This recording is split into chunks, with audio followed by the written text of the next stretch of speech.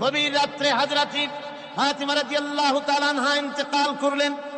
কিছু সংখ্যক সাহাবীদের কাছে খবর দিয়া অল্প সময়ের ভিতরে জানাজার ব্যবস্থা করা হলো।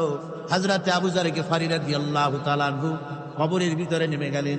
কবরের ভিতরে নেমে গিয়া হযরত আবু যর বলেন, রে কবর, তোর ভিতরে আজকে কাকে রাখবো, তুই কি তা জানিস নাকি? কোনো জবাব আসে না।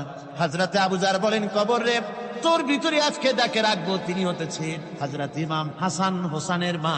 বেহেশতের সমস্ত জওয়ানদের সরদার হবেন যারা, সেই দুইজনের মা তোর ভিতরে রাখবো, খবরদার বেয়াদবি করবি না।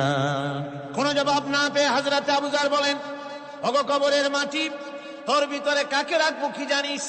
আসাদুল্লাহিল গালিব, দুনিয়ার সমস্ত কাফেরদের বিরুদ্ধে আল্লাহ রাব্বুল আলামিন যাকে বাঘ বানিয়ে পাঠালেন, সেই হযরতে আলী, তার স্ত্রী রেখে যাব, খবরদার বেয়াদবি করবি না। কোনো জবাব